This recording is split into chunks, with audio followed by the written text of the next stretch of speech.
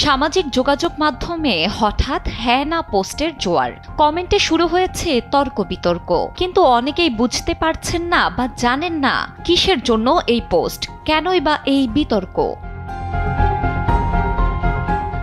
এমন পোস্টের জোয়ার গণভোট প্রসঙ্গে। মঙ্গলবার প্রধান উপদেষ্টার কাছে জুলাই জাতীয় সনদ বাস্তবায়ন ও ত্রয়োদশ জাতীয় সংসদ নির্বাচনের দিন বা তার আগে সংসদ বিষয়ে গণভোট আয়োজনের জন্য সাংবিধানিক আদেশ জারির সুপারিশ করেছে জাতীয় ঐকমত্য কমিশন। এরপর থেকে এক প্রকার আলোচনার কেন্দ্রবিন্দুতে পরিণত হয়েছে গণভোট। কেননা ঐকমত্য কমিশনের দাবি, গণভোট বিষয়ে এখন সব দলের মধ্যে ঐকমত্য প্রতিষ্ঠিত হয়েছে।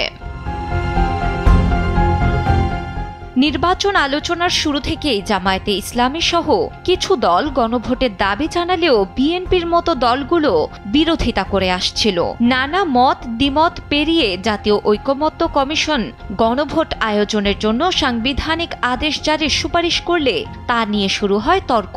এতদিন আলোচনা দলগুলোর মধ্যে থাকলেও এবার ছড়িয়ে গেছে সাধারণ মানুষের মধ্যে। কেউ বলছে গণভোট চান, আবার কেউ বলছেন গণভোট চান না। এরই প্রসঙ্গে ফেসবুকে দেশের নাগরিকরা হ্যাঁ না পোস্ট দিচ্ছেন। এক পক্ষ চান গণভোট হোক, জুলাই সনদের বাস্তবায়ন যেন না পেছায়, সেজন্য আগে গণভোট করা জরুরি বলে মনে করছেন তারা। তাদের দাবি, জাতীয় নির্বাচনের আগে গণভোটই সঠিক সিদ্ধান্ত, কারণ গণভোট সংস্কার প্রক্রিয়ার উপর, আর জাতীয় নির্বাচন রাষ্ট্রীয় ক্ষমতা নির্ধারণের জন্য। দুটো চরিত্র সম্পূর্ণ ভিন্ন।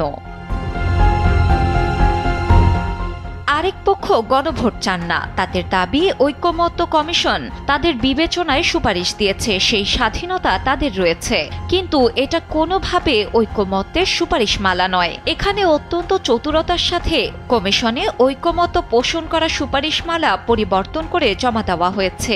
বিএনপি সহ অন্যান্য দলের নোট অফ ডিসেন্ট বা অসহমত পোষণ লিখিত মন্তব্য মুছে ফেলা হয়েছে।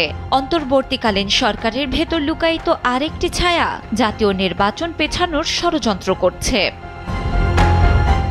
ডেস্ক রিপোর্ট, সময়ের আলো।